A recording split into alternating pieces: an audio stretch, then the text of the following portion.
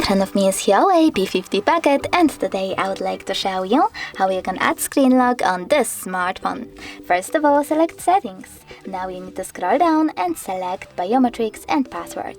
Then click on Lock Screen Password and choose Change Unlock Method.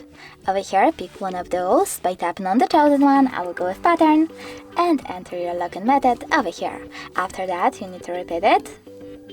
And when you're ready, select Done at the bottom right corner. If you wish to add your fingerprint, you can do that by tapping on Add and following the instructions.